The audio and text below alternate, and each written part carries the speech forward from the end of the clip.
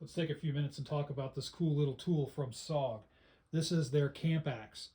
Quick specs, this is just an 11.5-inch long axe from here to here, 3.1-inch blade, has a glass-filled nylon handle.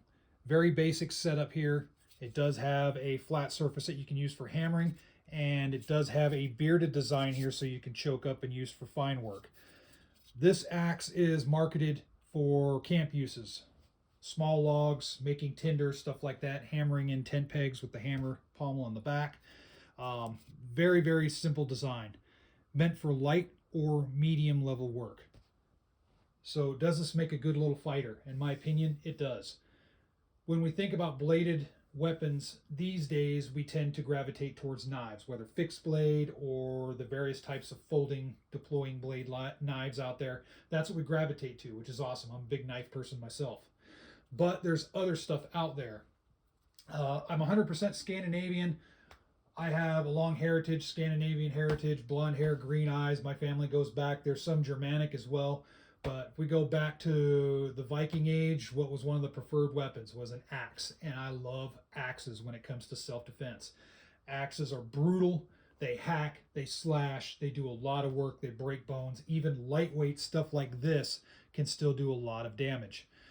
An axe is not something that you are being finessed or finessing, I should say. It's not something that you use like you would like a tiny little dagger or something like that.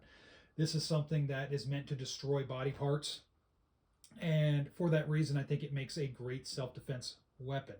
I don't condone violence, but if violence happens, usually what needs to be done is you have to overcome that violence with a greater amount of violence. This, I think, could accomplish that.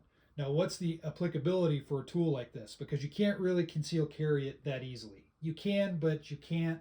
It just depends on how you choose to carry it.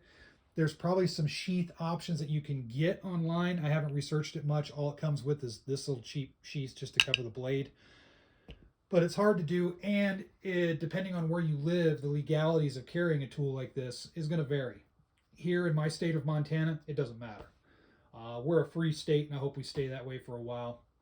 But in a lot of states, you could get in trouble for carrying this. Now, why the heck would I bring this up as a self-defense tool if you can't carry it? Well, I think the applicable defense on this could be car defense or in the house.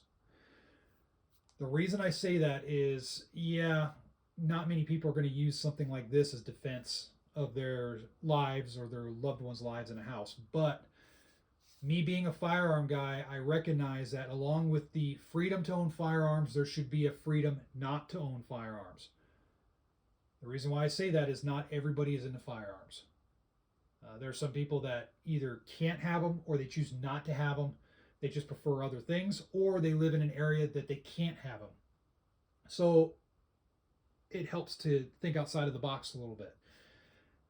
A tool such as this, you can still use axe techniques with. Granted, it's very lightweight and you're not going to get a lot of leverage as you would with a bigger axe that's more built for self-defense. You're not going to get that leverage, but with the proper training, you can use a lot of good axe techniques, even in confined areas like hallways and such, which I think this would shine. This thing, you can choke up on it, you can jab with it.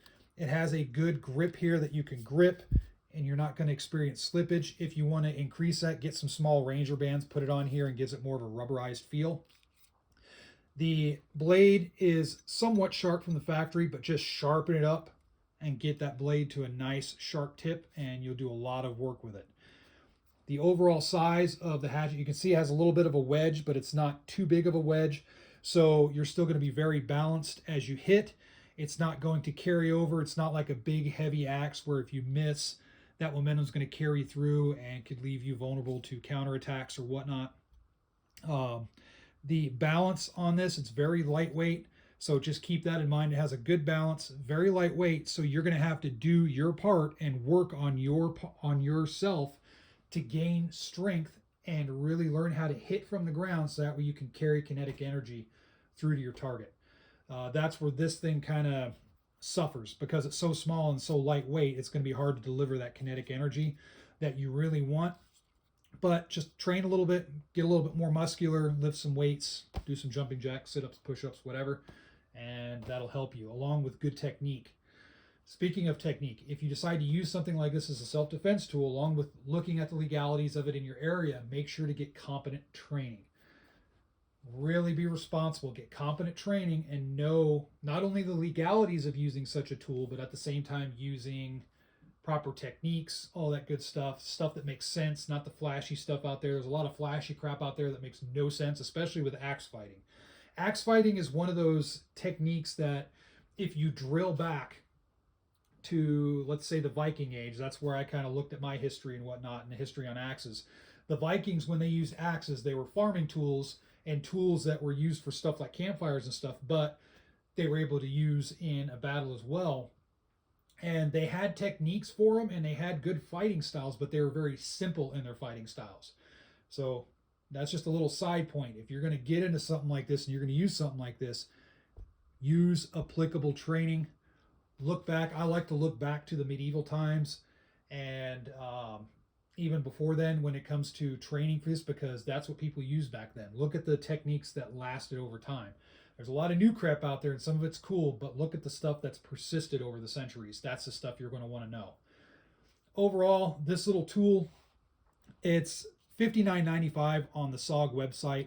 It's a good little setup. One little note here is you can put a lanyard on here, which I think is important. Something like this, if I'm going to use it, it'll take 2 seconds to swing a lanyard loop over my wrist. Now I have a little bit of a retention just in case I do drop it. Hopefully it'll stay hooked onto me and I can reacquire the grip. Overall, I like the feel. It's very lightweight. It's easy to swing, easy to do precise attacks with. There's still enough of a blade here. Granted, it's not a pointed beard, but there's enough of a beard here that I can reach in and I can hook if I need to, whether behind the neck, behind the knee, something like that. If I want to hook a shoulder or whatever, there are techniques on that. You can do so. You can catch other weapons here and you can twist and disarm somebody. So if somebody has a bar or a stick or something like that, and this is what you have defense on, if you're trained with it, you can use this right here and you can knock the stick out of their hand or deflect it and then strike or jab or do whatever you need to do. This side is good for blunt work, so you can treat this as a two-sided. Not only can you hit with the bladed side, but you can also use the blunt side. So overall, I think it's a good, inexpensive tool for close quarter self-defense. This would work great in a hallway. I think that's where this would shine versus something like a two-handed axe or a bigger, even beard axe or something like that. This, you can get some more precision work in there and still generate that power needed with an axe. That's really crucial. If you're using an axe, you got to have power behind it. It's a hacking and slashing type object. It's not to be gentle with or anything like that. You really got to get power behind it. I think you can still do it with this, although it is going to be limited. So in any case, the SOG Camp Axe, I think it's a great little fighter. I think it would work well. And of course, if you're just looking for a tool for the campsite, I mean, this is perfect as well. I've used this a little bit before. I don't know if you can see the marks right there. I've hammered stuff with it. And it's just a good little tool overall. If you're just going to buy it just to throw in your camping gear, I suggest it. It's pretty inexpensive and it works. So with that said, comments down below, of course, whether you agree or disagree in this video. Feel free to comment as much as you want. We got freedom of speech here, so enjoy it. Thanks for watching.